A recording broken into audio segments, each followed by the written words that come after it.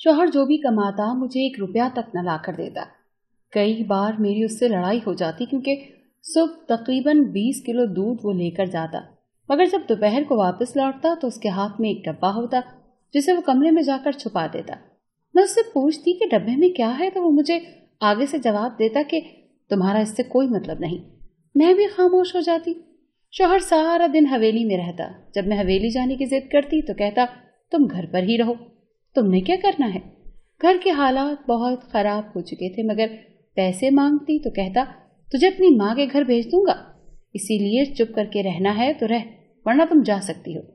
इस उम्र में घर से जाने का मतलब था जिल्लत को गले लगा लेती। एक दिन ऐसे ही शौहर घर लौटा तो उसके हाथ में डब्बे के बजाय एक शॉपर था जिसे उसने कमरे में अलमारी में छुपा दिया। मैंने छुपकर कमरे में देखा तो वो अलमारी को ताला लगा रहा था। पहले डब्बा और अब ये रोज रोज शॉपर। मुझे समझ नहीं आ रही थी कि मेरे घर में आखिर चल क्या रहा है। एक दिन कुछ सोचकर मैंने शौहर के खाने में नींद की दवाई मिला दी और खुद भेस बदल कर दूध लेने चली गई। मगर जब मैं दूध लोगों के घरों में देने गई तो मेरे होश उड़ गए, क्योंकि मेरे साथ वहां शौहर काम के सिलसिले में दूसरे शहर गया था। मौका गनीमत जानकर मैंने अलमारी की दूसरी चाबी बनवाई और अलमारी खोल कर वो डब्बा अंदर से निकाला। डब्बे के साथ ही एक बड़ा काले रंग का शॉपर था, वो भी मैंने पकड़ लिया। मगर जो ही मैंने पहला डब्बा खोला तो मेरे होश उड़ गए, क्योंकि डब्बे में तो मेरा शौहर खुद। मेरा नाम फौजिया है। मेरी उम्र 21 साल थी जब मेरी शादी हो गई। अब्बू ने 2 शादियां की हुई थी और दोनों बीवियों से ही उनकी औलाद थी। क्योंकि मैं एक अच्छे घर से थी, इसीलिए मेरी शादी पर मेरे वालिद ने मुझे जहेज में सारी चीजें दी। मगर मेरी सास ने वो लेने से इनकार कर दिया और कहने लगी कि हमारे घर में बहू के घर से जहेज लेने का रवाज नहीं है, या आप किसी जरूरतमंद को दे दें। इसके बावजूद भी अब्बू नहीं माने, क्योंकि मेरी माँ का कहना था कि जिस घर में बेटी को जहेज नहीं दिया जाता वहां पर बेटी की इज्जत नहीं की जाती। मेरे अब्बू का भी कुछ ऐसा ही मानना था। शादी से पहले मैं अपने घर में बहुत खुश थी, क्योंकि हम सब बहन भाई एक साथ मिलजुल कर रहते थे और कभी भी ऐसा महसूस नहीं होता था जैसे हम लोग सौतेले बहन भाई हैं। मेरा अपना भाई तो एक ही था, अलबत्ता दूसरी अम्मी से 3 भाई थे। हम 5 बहन भाई बहुत खुश असलूबी से रहते थे। क्योंकि मैं इकलौती बहन थी, इसीलिए सबकी लाडली बेटी थी। एक दिन खानदान में किसी की शादी थी। अब्बू अम्मी और बड़ी अम्मी को लेकर शादी में चले गए, मगर किस्मत को कुछ और ही मंजूर था। रास्ते में एक रोड एक्सीडेंट में मेरे वालिदैन की मौत हो गई और फिर हम 5 बहन भाई यतीम हो गए। मेरे बड़े भाई मुझे ऐसे मेहनत करते थे जैसे मैं एक छोटी गुड़िया हूँ। मैं उनसे बहुत मोहब्बत करती थी। इस वक्त मैं मैट्रिक में पढ़ती थी। मैंने तालीम छोड़ दी और घर बैठ गई और घर बैठकर अपने भाइयों के काम करने लगी। बड़े 2 भाई इस हक में नहीं थे कि मैं तालीम छोड़ूं, मगर अम्मी और अब्बू के जाने के बाद मेरी दुनियावी चीज़ों से दिल उचाट हो गया था। जब भाइयों की शादी की उम्र हुई तो खाला ने भाई से कहा कि अब इसकी शादी कर देनी चाहिए। भाई ने कहा जो मेरी गुड़िया को लड़की पसंद होगी हम उसी से शादी करेंगे। मैंने अपनी खाला के साथ मिलकर भाइयों के लिए लड़कियां देखना शुरू कर दी। खाला दोनों बड़े भाइयों को एक घर में शादी करना चाहती थी। जिस घर में बड़े भाई का रिश्ता देखने गए वो 2 बहनें थी और दोनों ही मुझे पसंद आ गई। खाला को भी इस रिश्ते पर एतराज ना था। इसी तरह बड़े दोनों भाइयों की एक ही जगह शादी हो गई। अभी मेरे दूसरे 2 छोटे भाई थे। एक अभी पढ़ रहा था जबकि दूसरे ने दुबई जाने का सोच रखा था। वो वहां जाकर अपना बिजनेस करना चाहता था। बड़े भाई तो शहर में किसी अच्छी कंपनी में मुलाजमत करते थे। मेरी बड़ी भाभी तो मुझे अपनी बहन की तरह ही मानती थी, जबकि छोटी भाभी का रवैया जरा अजीब सा था। वो आहिस्ता आहिस्ता मेरे वजूद से नफरत करने लगी, क्योंकि जब भाई मेरे लाड उठाते तो छोटी भाभी को लगता कि मैं उनके हक में उनका हक वसूल कर रही हूँ। उन्होंने मेरे खिलाफ जहर उगलना शुरू कर दिया। जब कभी भी उनको वक्त मिलता तो कहती फौजिया बिल्कुल भी अच्छी नहीं है, उसका दूसरे लड़कों के साथ चक्कर है। मेरे भाई ने जब ये बात सुनी तो आपे से बाहर हो गया। उसका कहना था कि मेरी बहन ऐसी नहीं है, मैं उसे बहुत अच्छे से जानता हूँ। मेरे सगे भाई की शादी नहीं हुई थी, वो भी तालीम हासिल कर रहा था। बड़े भाई को भी इस बात पर यकीन नहीं था, लेकिन मेरी भाभी ने इस बात को यकीन में बदल दिया। मेरी भाभी ने अपने भाई को मिलाकर उसके साथ एक मंसूबा बनाया। मैं एक दिन घर के कामकाज में मसरूफ थी। छोटी भाभी कहने लगी फौजिया हमें बाजार जाना है, तुम घर पर ही रहना, हम जल्दी वापस आ जाएंगे। पहले तो कभी ऐसा नहीं हुआ। जब भी बाजार जाना होता तो भाई साथ लेकर जाते थे। मैंने बस जी कह दिया और दोबारा काम में मसरूफ हो गई।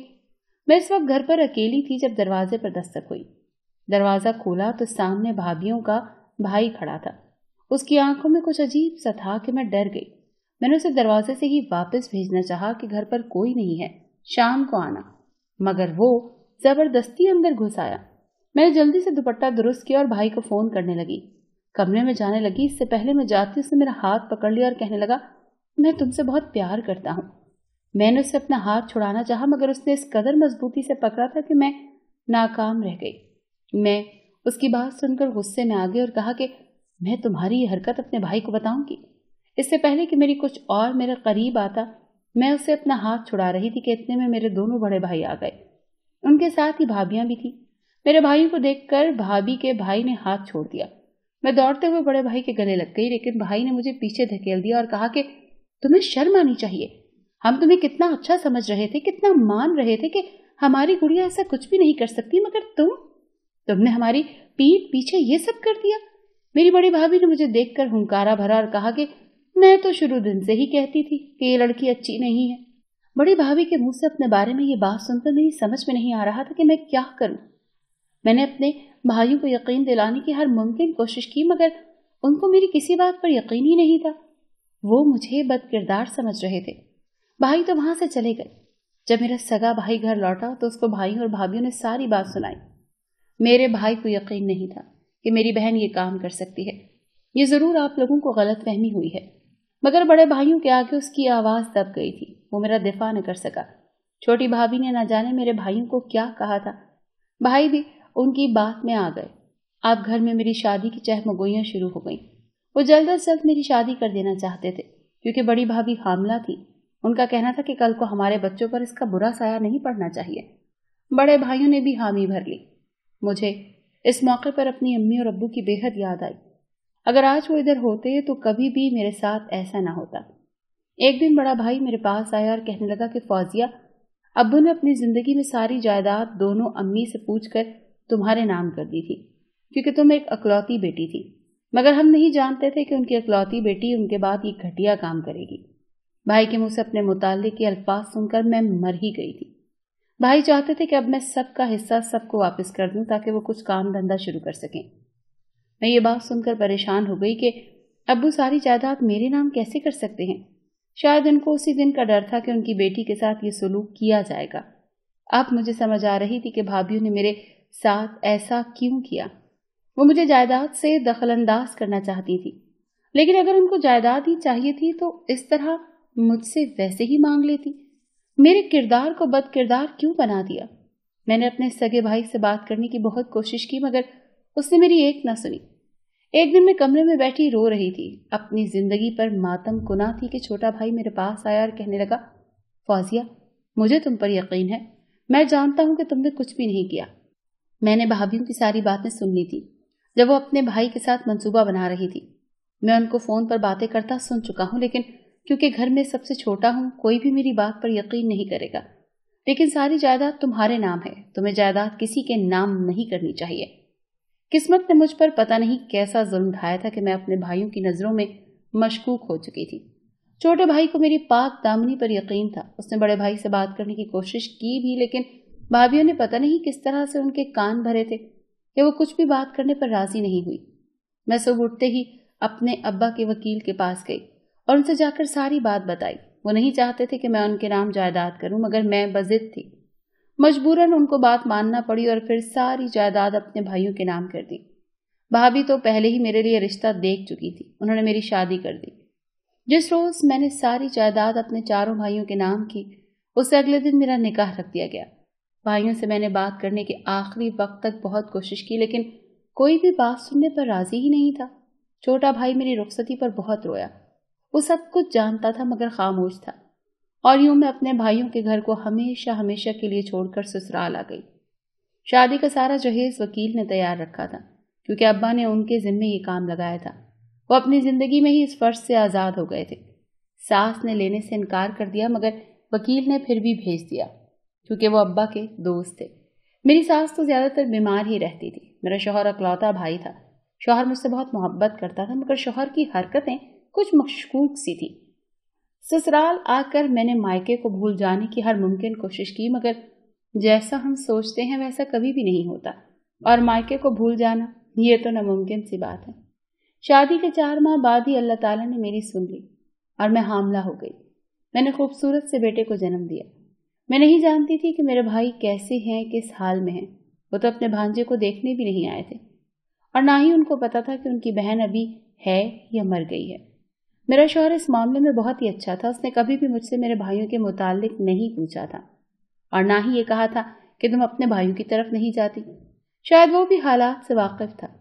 मुझे उन्होंने कभी भी बदकिरदार नहीं कहा था और इस बात पर मैं अल्लाह ताला की शुक्रगुजार थी। शौहर की अपनी हवेली थी और मेरा शौहर गवाला था। वो सुबह सवेरे दूध बेचने निकल जाता। रोज रोज 20 किलो दूध लेकर जाता। पहले पहल तो शौहर घर आकर सारे पैसे मुझे दे देता और फिर मैं उससे घर के सारे मामलात देख लेती। लेकिन फिर आहिस्ता आहिस्ता शौहर ने पैसे देना छोड़ दिए। जाने क्या वजह थी कि शौहर ने घर पर तवज्जो देना भी छोड़ दी और अब ज्यादातर परेशान रहने लगे। कई बार तो मैंने उनसे पूछा कि अवैस आपको क्या हुआ है, आप क्यों परेशान रहते हैं, लेकिन उन्होंने ना बताया और कहा कि कुछ भी नहीं, मैं ठीक हूँ। फिर आहिस्ता आहिस्ता वो जो भी दूध बेचते उसके पैसे अपने पास रखते, मुझे 1 रुपया भी ना देते।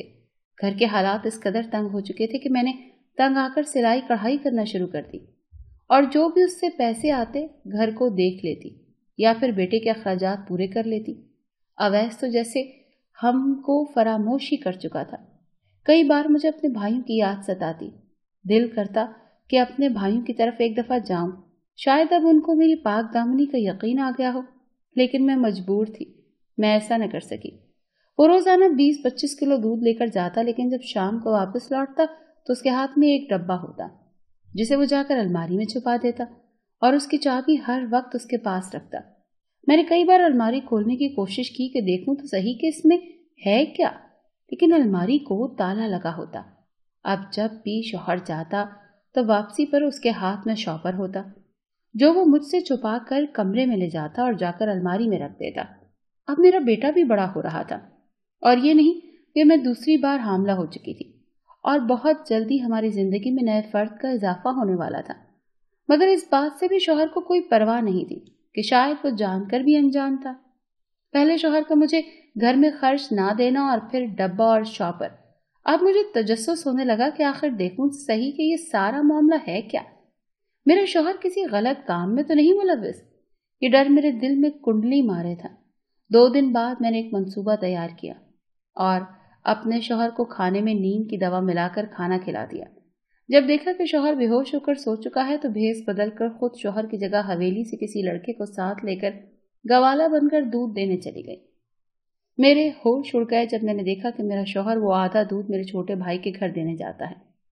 मुझे समझ नहीं आई कि ये क्या माजरा है। मैंने उस लड़के से पूछा कि ये सब क्या है, तुम अवैस के साथ हर वक्त होते हो, मुझे बताओ क्या बात है। जब लड़के ने मुझे सच बताया तो कदमों तले से जमीन ही निकल गई, क्योंकि मेरा भाई अपाहज हो चुका था। मेरी शादी के कुछ माह बाद ही उसका एक्सीडेंट हुआ जिसमें उसने अपनी टांगें खो दी। वक्त के साथ साथ उन्हें कैंसर ने अपनी लपेट में ले लिया। भाई के मुतालिक ये सुनकर मेरे हवास बाख्ता हो गए। मैं भागती हुई घर लौटी, तब तक शौहर उठ चुका था। मैंने शौहर को सारी बात बताई और कहा कि मुझे सच बताएं। शौहर ने वो डब्बा लाकर मेरे सामने रख दिया और उसे खोलकर कुछ कागजात मेरे हाथ में थमा दिए। वो कागजात मेरे भाई की रिपोर्ट थी जिसमें उनका कैंसर लास्ट स्टेज पर था। मेरा शौहर दूध उनके घर दे आता, बाकी कुछ बेचकर पैसे जमा कर रहा था ताकि मेरे भाई का इलाज करवा सके। मैं सदमे में थी। अवैस को मैं कितना गलत समझ रही थी। अवैस ने मजीद बताया कि तुम्हारा भाई हुसैन मेरा बचपन का दोस्त है और मेरी तुमसे बचपन में ही मंगनी हो गई थी, मगर तुम्हारी भाभी ने तुम्हें बदकिरदार साबित कर दिया। वक्त ने उनके साथ ऐसा जुल्म किया, जहां वो मां नहीं बन सकी। हुसैन भी मौत के करीब है। मैंने अवैस से भाई की तरफ जाने की जिद की। वो मुझे बगैर कुछ कहे वहां ले आया। भाई मुझे देखकर रोना शुरू हो गए। वो मुझसे माफी मांग रहे थे। मैं उस भाई की सबसे लाडली थी और आज उसको ऐसे देखकर मेरी जान खत्म हो रही थी। मेरे तीनों भाई भी वहां आ गए। भाभी के भाई ने बिजनेस का बोलकर सारे शेयर्स अपने नाम करवा लिए। भाभी को भी अपनी गलती का एहसास हो चुका था। उन्होंने भी मुझसे माफी मांगी, मगर अब क्या फायदा था। सब कुछ तो बदल गया था। मेरा सगा भाई मुझसे नजरें नहीं मिला पा रहा था। 3 साल में कितना कुछ बदल चुका था। मैंने अपने 4 भाइयों को माफ कर दिया। मेरे सगे भाई की शादी हो चुकी थी। सब उसी घर में रहते थे और शहर में छोटी मोटी नौकरी करते थे। میں نے اویس سے بات کی کہ ابھی مجھے پاپا کے دوست وکیل کے پاس لے جائیں۔ ان کے پاس آ کر ساری بات بتائی۔ ابا کے وکیل نے بھابھی کے بھائی پر کیس کیا اور میری ابھی کچھ جائیداد ایسے ہی پڑی تھی جو کہ انکل نے تب میری ضد پر بھی بھائیوں کے نام نہیں کی تھی۔ میں نے اس میں سے کچھ جائیداد بیچ کر اپنے بھائی کا علاج کروایا، جبکہ باقی جائیداد اپنے بھائیوں کے نام کر دی۔ سب بھائی اپنی زندگی میں خوش تھے۔